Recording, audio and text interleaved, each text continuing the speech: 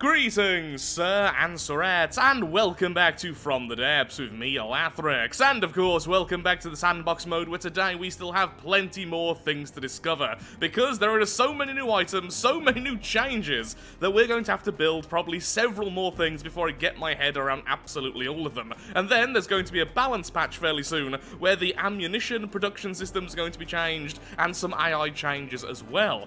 So hopefully, we'll be ready by then, and then ready to conquer one of the new campaigns. Now, before we get into our plan for today, I just want to say a huge thank you to everyone who has liked the previous video, left their comments of support. In less than 24 hours, the last video has become my most upvoted video of all time, which blew my mind. I had to double check all of the analytics to make sure it was correct, and yep, the last video, at the time of recording this, is over 11,000 upvotes, making it my most upvoted video ever.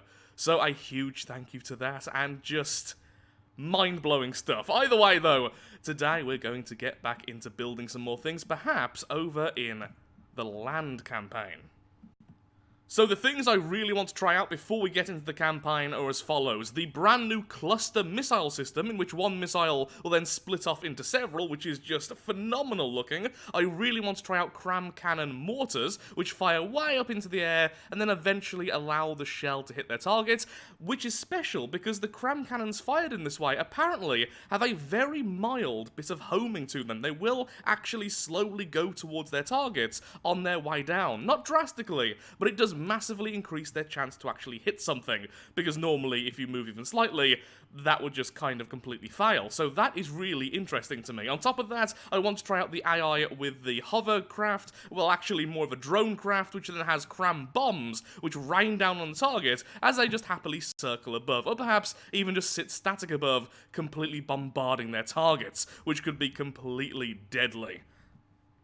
Then finally, we have the simple weapons, which I am really looking forward to testing out. We have the customized shell section here. All of these use advanced cannon shells, but have a preset in terms of what they actually are. And they seem pretty good for their limited size. And these two in particular seem really hardy. An armor value of 30 and a decent health pool. And they're not that big.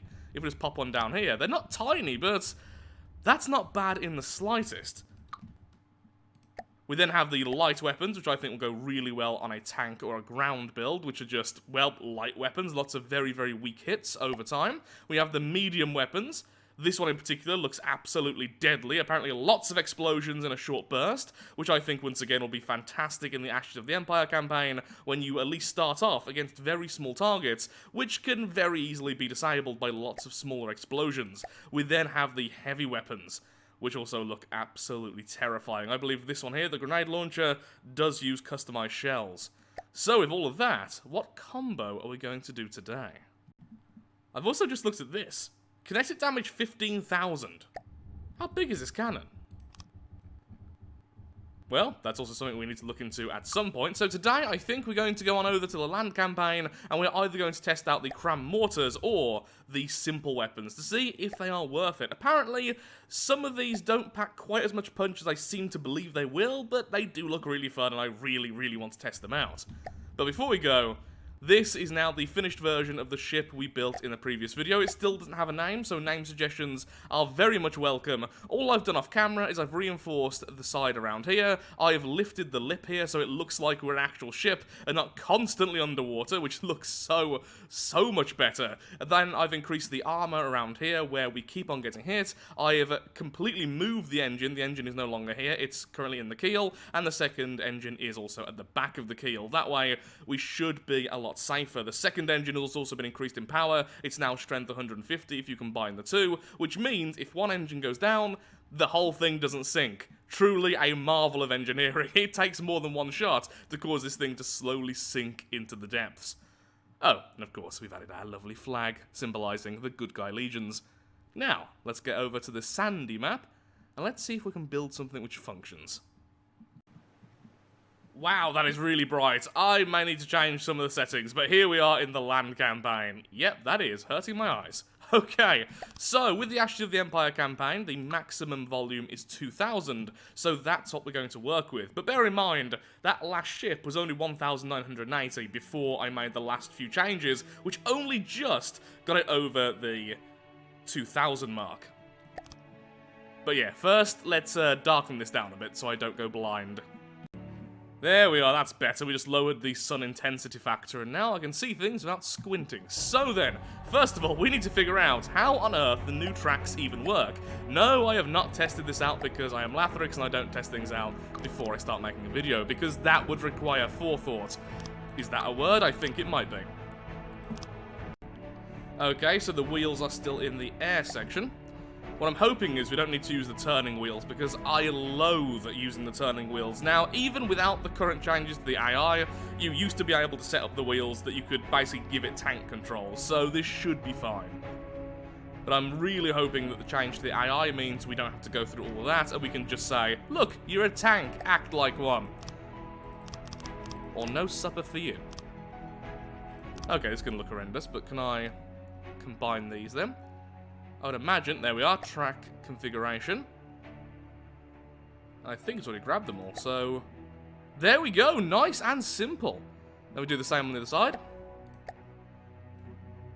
Lovely. Look at that, it's a proper tank track. I'm really happy with that. That and railings seem to be the two things I'm most excited about. Okay, probably want to make it a bit big. No, we're going to make it absolutely tiny. We'll probably make 2 tanks. Yeah, we'll make one with simple weapons and one with the cram mortar. That seems reasonable to eye. But first of all, let's just give this thing a basic AI and let's see if we can get this thing to work as we want it to. So, we want this thing to most likely just... yeah, if this is going to be the simple weapons one, we probably want it to circle the enemy. That way it's not a sitting duck. Whereas the mortar, we're most likely wanting it to just stay still. That way we can have static crams. And actually quite a few of them. That's what I want. A volley, a salvo, a multitude of cram shots. Yeah, let's stick with that for now. That's fine. We don't really care about this too much. We're really looking at maneuver more than anything else. So, ship or tank. Let's see if this will work out. Of course we need some engines, so for now we'll just grab a cheapy one from here. Fuel engines. There we are, the EcoMax Pro. There you are. You have the power of engines. Well done, you shaky, shaky thing. Okay, so I've probably just cut a little bit there because it simply wasn't working, and also I've made it so heavy on the back it's leaning backwards, like all good tanks do. So, what I've just found out, though, is if we have a look-see at the wheel editor, which I should have looked at for more than 2 seconds before, we have this, the tank wheel preset. Adds presets for a tank wheel. These wheels push in the direction they are facing, but also can help turn the vehicle. That's exactly what I want. So if I give that to all of the wheels, that should mean we can turn and move forwards and all that other good stuff without using the horrendous turning wheels. Well, maybe they're better now, but the last time I used the turning wheels, it caused so many issues. Also, just turned down the music, because I realised it was really, really loud. Okay, so tank wheel preset, spread to all of the neighbours. I believe they've all been affected by it, rather. The plague is strong here. There we are, there we are. So now it should be able to turn. So, turn that way, please. Lovely.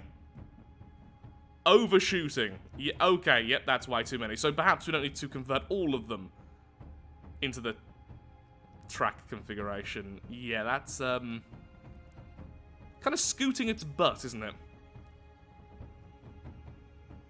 It's almost mesmerizing to watch. It's so derpy. Okay, derpy boy, come here. Let's fix you up a little bit, shall we? So, I'm thinking the fix here would either be give less power each, or just have less of them involved in turning. I think both of them will work out just fine as long as it's equal on both sides. So let's give that a shot. Okay, so I've essentially turned them all down to 30 rather than the full amount. That's better, there we go. So now when it tries to go in a straight line, it kind of does. Yeah, that's perfect. And it does occasionally have to correct itself, but much milder. So that's just tweaking. We can fix all that when the actual craft is up and running. Now I kind of want to try and make this tank this size, because it's adorable.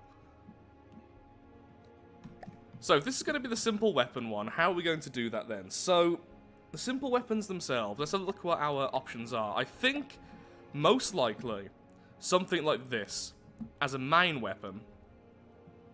Actually, it's smaller than I thought it was. Strong, though, and very expensive. This is 4,000 by itself. We have the larger version here, which is cheaper and weaker.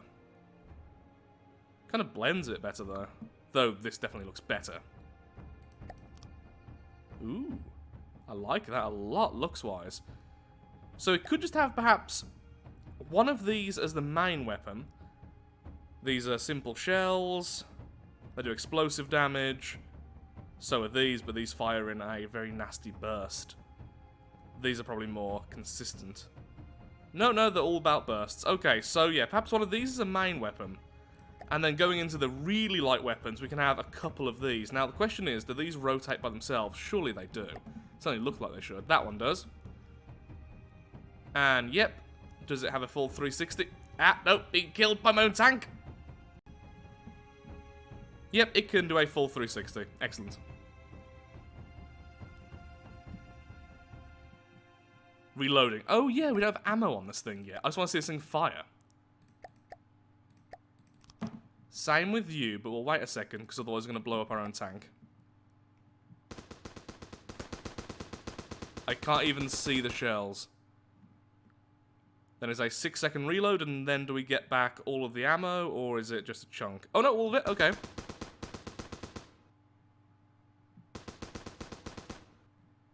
Okay, so this damage might be very, very mild. Just how weak is this thing? Probably good versus small aircraft, I imagine. 100 kinetic damage, 10 armor pit. Oh yeah, that is fairly weak. Decent speed, though. Perhaps if we get a couple of those going, we might be able to do some actual damage. Oh, this is an actual II gun. They're both II guns, Lathrix. Read, please. Love the sound. But this is how small the shell is. Even when following it, I could hardly see it. Okay, I'm rambling. I'm going to make some progress on the tank, then we're going to decide. Into the future. How about if we do this? That looks so much better.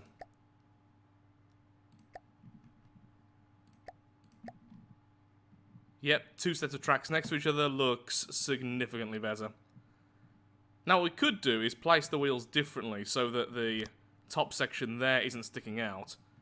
Probably do that in a second. Either way though, that's what I'm going to do. So this is going to be the size of the very simple tank, hopefully. We'll see if we can make it even somewhat survivable though, because right now we've got very little space to work with, but we don't really need all that much. Especially if our main weapon's going to be one of these two. And then we're just going to have a few lighter weapons. We don't really need all that much ammo. We're not going to need a particularly strong engine. This is going to be probably about 5,000 or less resources. I've learnt very quickly, though, that the resources have been changed a lot since when I played, and things are generally more expensive. Looking back at some of my older designs, they've jumped, like, up to 3 times in price, depending on what they had.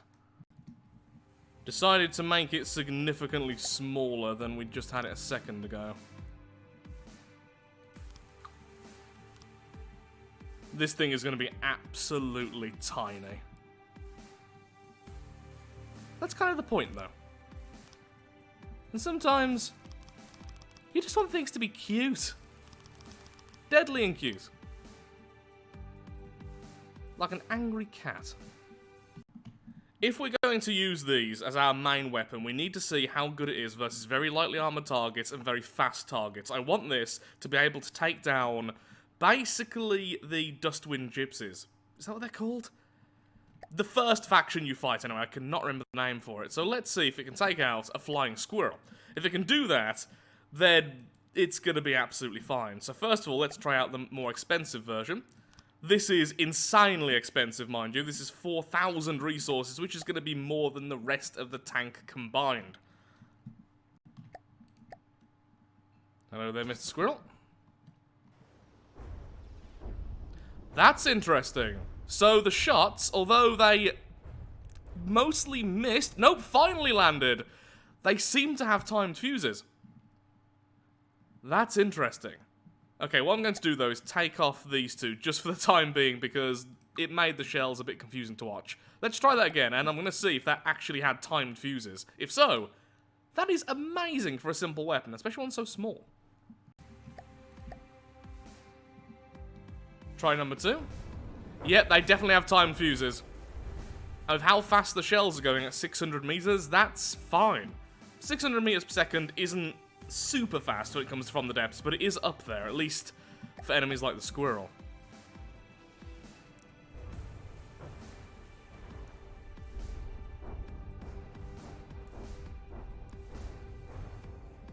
That's absolutely wonderful. Okay, so I'm really hoping that the smaller versions can get the job done as well, because I would love to make it cheaper. So let's try the smallest version of these. The twin 40mm.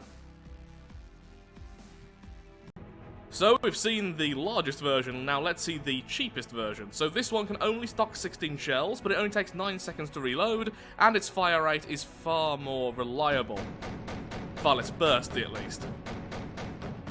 That might be a good thing, that may be a bad thing. Now, it may be a bad thing, because with the original one we tested out, the reason why it hit so easily is because it kind of shot like a shotgun. It hit an area, and because of that, even if it wasn't quite sure where the squirrel was going to go, it still luckily landed a shot. With this, we're probably going to see more of the shots go wide. At least that's my guess. So let's test out if this is going to be good enough. Okay, we did land a shot. I then got horribly destroyed by the squirrel itself. Note to self, don't stand next to the thing being shot with missiles. Apparently, whilst I was trying to get the camera back, it did manage to land a lethal blow on the enemy. That took, I think, 3 sets of firing. So, let's test that again, this time without me dying halfway through. Yeah, I'm talking about you, lazy. Test number 2 begins. Okay, several hits, and the squirrel is just down. Okay. So what we really need to do then, so I think we're going to prove that all 3 of these simple weapons can probably get the job done, but what we really need to do is test out all of this versus the actual Ashes of the Empire enemies. Currently we're still in the regular campaign, that's why we're seeing all of these, so I'll be right back in that sandbox. That we can see which of these 3 does better, because here's the other thing, when it comes to aiming, that's also going to depend on the detection system and how we tune it. Currently, I have the detection system set to all, which means we can always see the enemy no matter what, but we can't tune it in any way. So accuracy could be improved or made worse depending on how we set up that, so it's not a completely good test. Still, proving that these things do shred light enemies, and this one is so much cheaper. I'll be right back. Now, before we test this thing out, I want to see the price of some of the enemies so I can get a vague idea of how expensive our little tank is. So, with this little fellow, the price is 9,000. Yeah, if we only go with the single expensive weapon and then only a couple of the very, very small cheap ones, it's still very cheap. If the Sidewinder now is 9,000, a 4,000 weapon, which is as strong as it is, really isn't a big deal. And there goes the Sidewinder. Okay, we're going to stick with the stronger variant, and that's about it. So, now I can actually build the tank up. Let's get our first simple weapon build finished. Bear in mind, though, we still need to test out things like these at some point. Maybe like 3 tanks. One with only the lightest weapons, one with these, using the same basic shell, and then the cram artillery. Instant change of plan. What I've decided is today we're going to only use the simple weapons, so we're going to have this one here with the medium, then we're going to have one with the custom, and that's going to be the 2 tanks we build today. So we're testing out all the simple weapons. Next time we'll either use the cram mortars, or we'll use missiles or something else different. Today, we're keeping it nice and simple. Like me. This thing's going to be so stubby. Still, currently only a volume of 220 and 5,800. All we need to add now is the ammo and the fuel, and it's actually pretty much done. Surprisingly, a high amount of armor in the center as well, which is good, considering the ammo has not been added yet.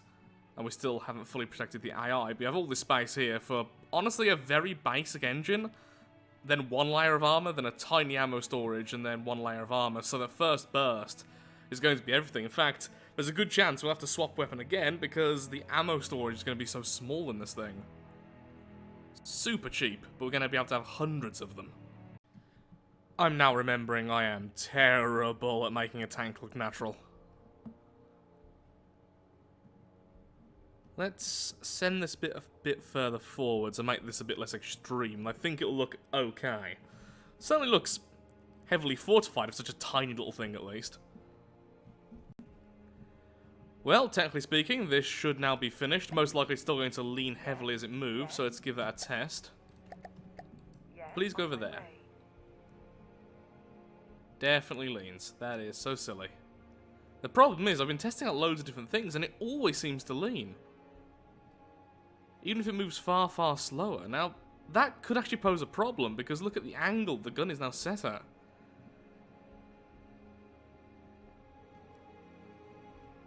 We can move the wheels up one, that would stop the lean, but then it would remove all of our ground clearance. Don't particularly want that. It's fine when it's stationary. Turn off God mode. Oh look, there's an enemy, King Cobra, which is a much more expensive version of you. Well, version of you? Just a very expensive tank.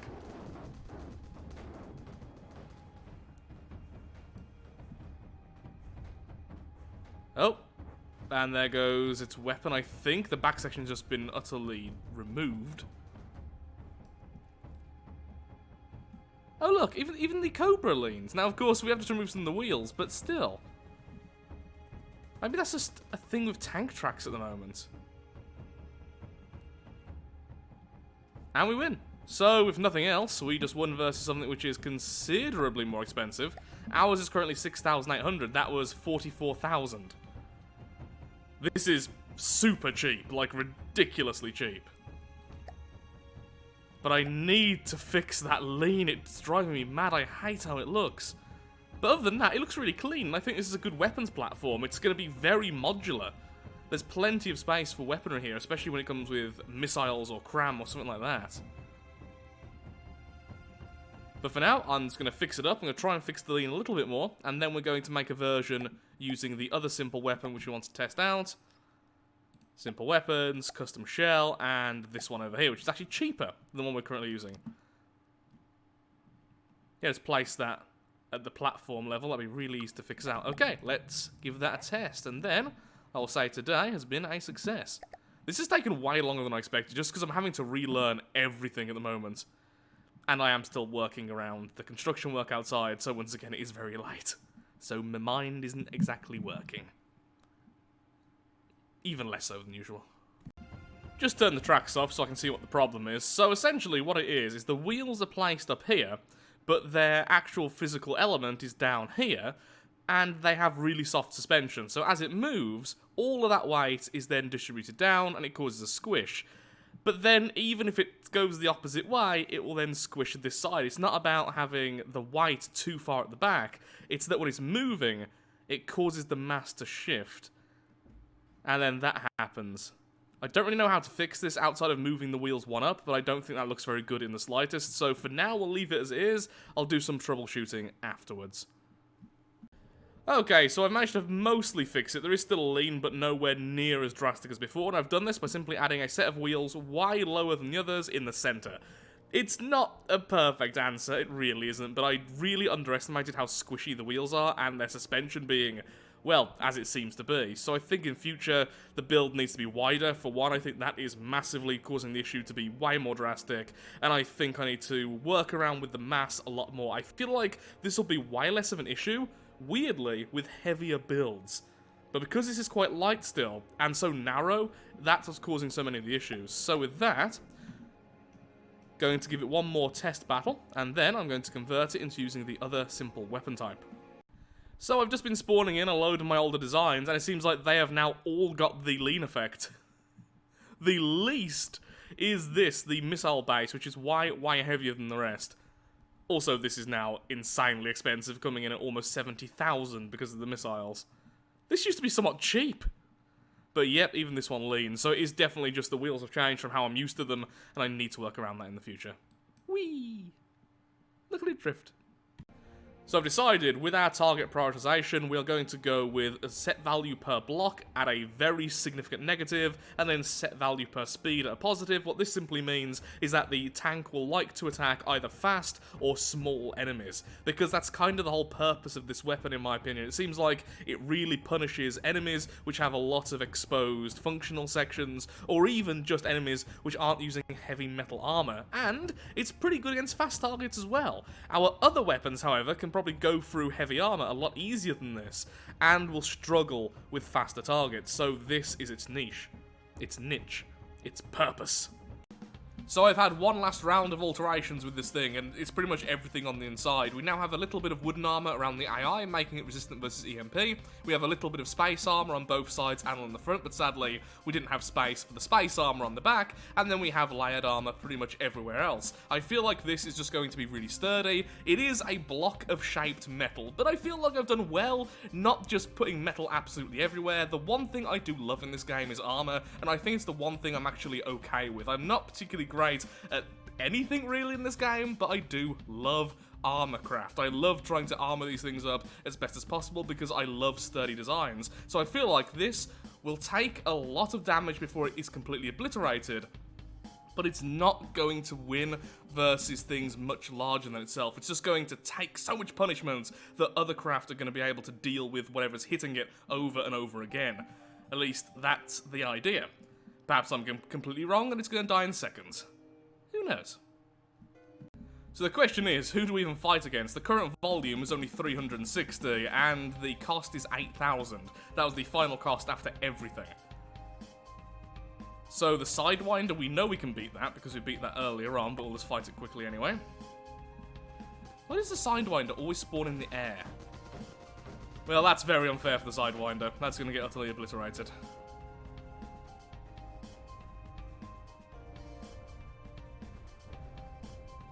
Yeah, those are some serious internal explosions. It's now been stopped, and that's pretty much it. The Sidewinder actually costs more than our vehicle, by the way. I wonder if that's because of the thrusters. Oh, and the engine as well. Yeah, that's a serious engine to keep all that going. Okay. Just waiting to reload. 30-second reload time is horrendous. Maybe we need some more light weapons. I mean, they do a little bit. Not much, but they do something. There we go, main weapon's back online. And the Sidewinder is soundly defeated. Now, of course, these are all the first faction. They're built to be balanced, to be fair, to be fun. So, something a bit more meta like this with just such serious armor will probably win. So, we need to fight something a bit stronger. How about an Onyx Watch? Something small, though. Saying that, that's not what this is made for. That weapon will not carve through metal. And everything is bloody huge. On one side, we have the Sentinel from the Onyx Watch at 23,000 materials and a volume of 2,003. This will utterly crush our tank, but it'll be a good test of how many shells the tank can take. I'm gonna guess about 2 or 3 before the armor is completely crumpled, and it's also a good test of the simple weapon versus some proper armoring. Then on our side, of course, we have the cheapy little tank over here. 7,156 materials in the very, very final version, and volume of 383. This thing is tiny. Okay, we are doing some damage. Thankfully, the first cramshell did miss. Okay, we've got some damage going through because we are chunking off the wheels. Some explosions underneath our tank, which is very bad for us. We are dodging most things. Don't know why the enemy is doing this, but it just rammed us.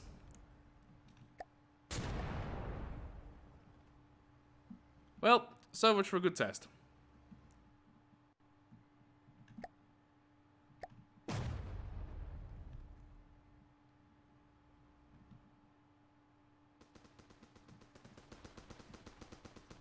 That's going to be really bad for the enemy tank right now.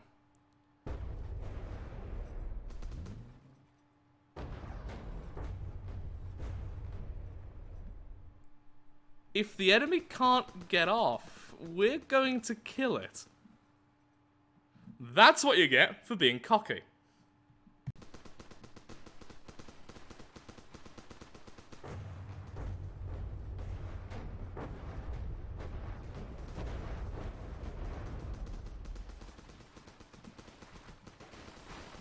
Well, I've got through to its weapons, and our smaller weapons are chunking off all the wheels. Remind yourself that overconfidence is a slow and insidious killer. How's your belly feeling? Now neither of them can fire. Okay, we're gonna redo this fight and just let, you know, the Sentinel actually win this time if it doesn't ram the target.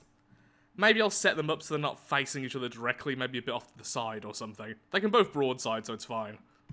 Try to. Let's see how this goes then. Also, I've gave the tank a proper name now, the Mini Tonk, because before it was just a series of random letters.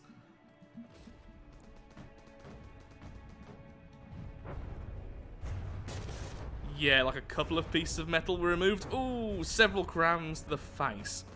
Doing surprisingly little, actually. Oh, yep, that's his main weapon. That span us round, and now we're kind of chasing it. No, don't ram it! Can you two please act like normal tanks?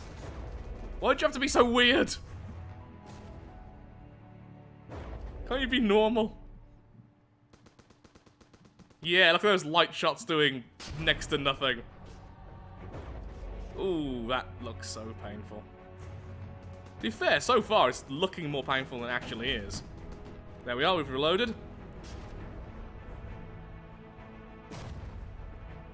Just superficial damage, even from the main weapon. There is no way we can win this. We just can't do the damage. Eventually, the crams will get through and damage something vital. But, to its credit, it's really taken that damage well. And if it can do this versus cram weapons, against the Dustwind Gypsies, it should be absolutely fine, which is the main intention. Oh, we're not aiming. I think the local weapon controller may have been taken out. Yep, the local weapon controller's... No, it hasn't! What was that about then? As we slide. A few pieces of metal finally falling off the outside there, but nothing fundamentally destroyed. Well, we proved it can take a few hits, and we've shown that this particular simple weapon is just not good at all versus metal.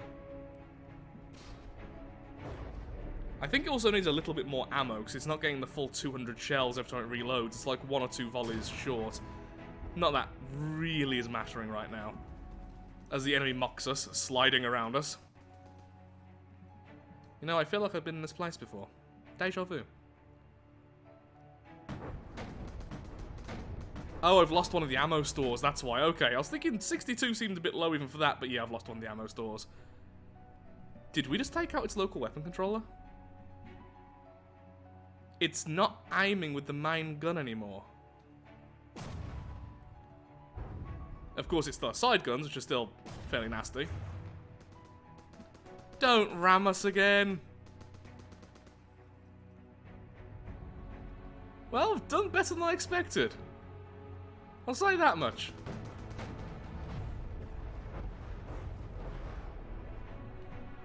Let's pause it for a second. So what's... Oh, I see. Yep, we've opened up a small gap here, and we've knocked out the local weapon controller for the main weapon. We've also destroyed one of the smaller cram cannons now. All that remains is to see if it will actually ram us and kill us, or are we slowly going to obliterate this? Slowly. Maybe the word obliterate isn't really the right word anymore. Slowly wear it down. Annoy it to death. Poke it in the face with a sharp potato. I was going to say stick. Change it to potato. Wish I didn't lose one of my ammo stores. Oh, yep, there goes the turret itself. I'll just skip ahead because it's taking forever. Oh, we were just hit by the full side of the enemy, though we are righting ourselves with our own weapon. We did nearly nothing then with those shots, but yeah, it does have one side still full of cram, so if it turns to the right now, which it should... No, it should have turned to the left so it could fire. Nope, never mind, it's now showing its weakened side to us again.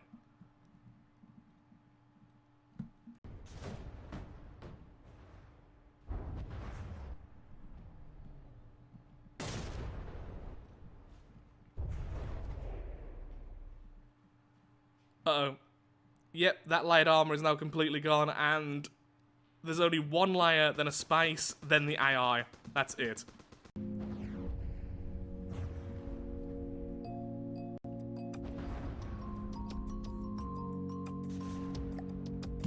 And the victor is the Sentinel, finally breaking through all of the armor layers and getting through to the AI itself.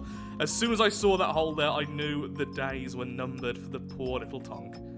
Still, took the Sentinel down to 71%, took out the main weapon, took out a lot of the side weapons, so I am really happy with that.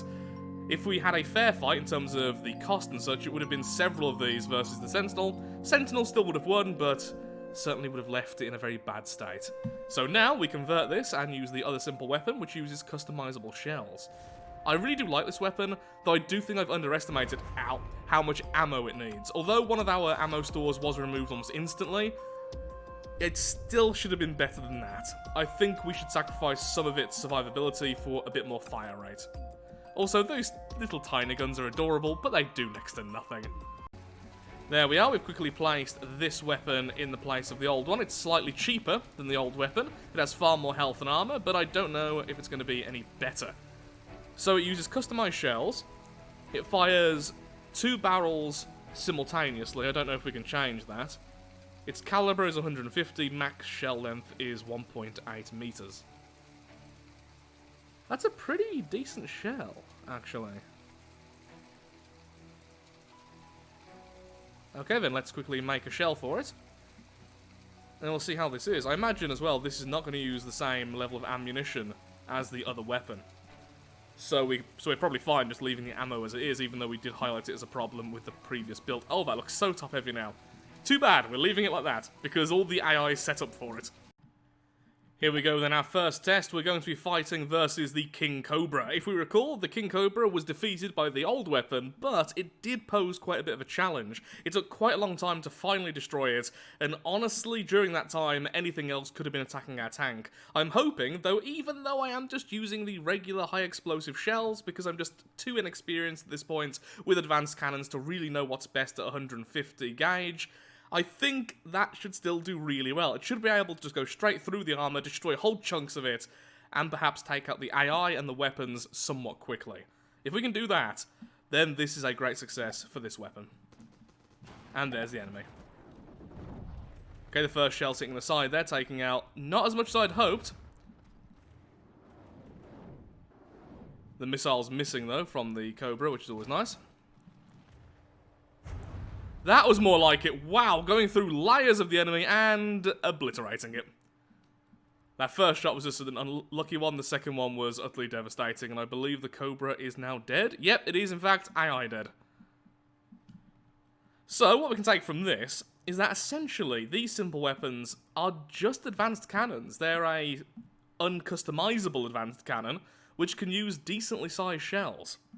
I would like them to be a bit larger, honestly, but their fire rate and everything seems fine. 10 RPM, apparently. I wonder if that includes both of the barrels. Still, it was enough to kill the King Cobra in 2 shots. So let's see if it can do something versus the Sentinel. I still don't think it will. I think you need something more specialized. When it starts getting to the Onyx Watch, you really need specialized anti-armor stuff. Well, here we go. Most likely this will be the same result as last time, honestly. An utter victory for the Sentinel.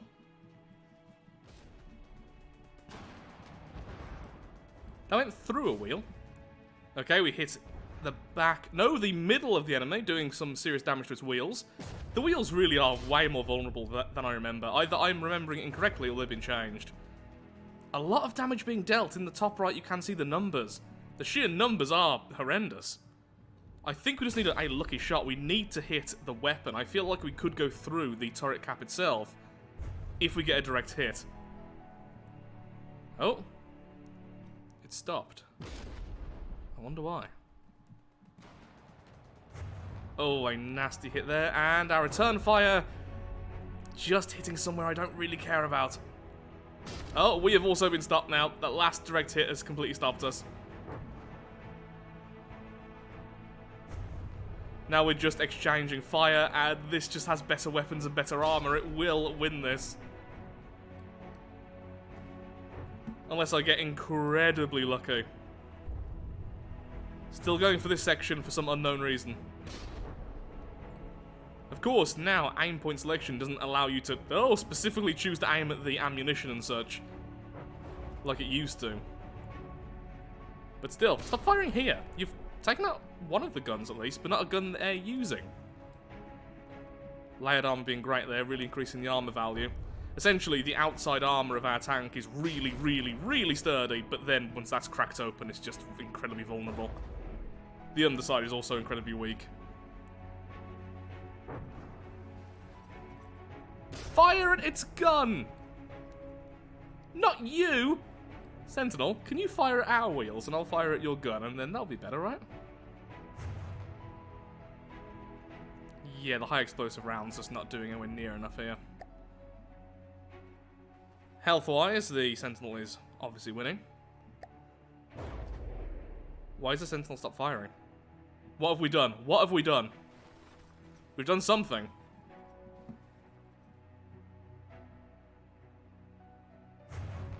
I don't know what. Okay, we've definitely lost one of our ammo stores, because now we're only firing one barrel at a time. And I did some serious testing with the ammo. We had enough to keep them both firing.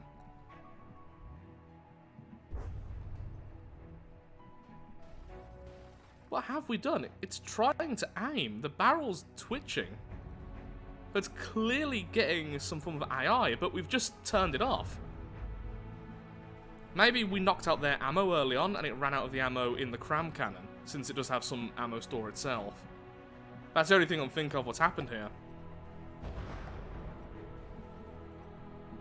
Well, this carries on. Victory to the Tonk. A very lucky few hits. Really, that did come down to luck. If the Sentinel managed to hit here, especially, this is actually a weak spot here. The local weapon controller is... How am I still healing? Okay, whoops-a-daisy, I forgot to turn that off. That is my bad. Now it's off. That wouldn't have made too much difference, but I keep on forgetting that has, like, unlimited range sometimes. Massive internal explosion there on the Sentinel. I don't think that really would have tainted the results. Since as soon as the ammo's gone, you know the ammo's gone. As soon as the AI is gone, the AI is gone. But yet the main weapon's down. I'm going to claim this to be a victory for the Tonk, because otherwise we'll be here all day. So the Tonk's major weakness is just lack of firepower. It doesn't have enough ammo. I think it just about has enough for this weapon, but one of the two ammo stores is now gone. And it just doesn't have enough weapons. If it is using the simple weapons, though, it will be able to take out the Dustwind Gypsies fairly easily. But anything after that, even in high numbers, I wouldn't really trust using this all that much. We got very lucky here, honestly. We disabled it quite early on, so it couldn't move. And then we seem to have just taken out its ammo, which I assume was here. Oh, of course, yeah, in the back section, which is even more lucky for us, because that's where it got stuck. The enemy was only one layer away from taking out our local weapon controller, only one layer away from our mainframe, and that's with us being incredibly lucky. So best case scenario, we just about edge a win. That's about it. Either way, though, I've had loads of fun today, relearned a lot of stuff, still need to learn loads more, as you can probably tell. This video is going to be ridiculously long, because I've been here now for 6.5 hours. Wow, okay, so with that, thank you so much for watching. If you have enjoyed today's video, then of course, likes, favourites, shares, comments, all that good stuff helps out me, helps out the channel, and most importantly, shows that From the Depths is a series you wish to see continued in the future. Once again, thank you so much to everyone who has liked the video in the previous video, so like the previous video even. It really does mean so much, and I still can't believe that's now my most liked video. Keep it up! It puts a smile on my face at least, and does really help out the channel. Thank you so much. Blood for the Blood God, skulls for the Skull Throne, tiny tonks for the Tiny Tonk God. Thank you, and goodbye. Today was a weird episode.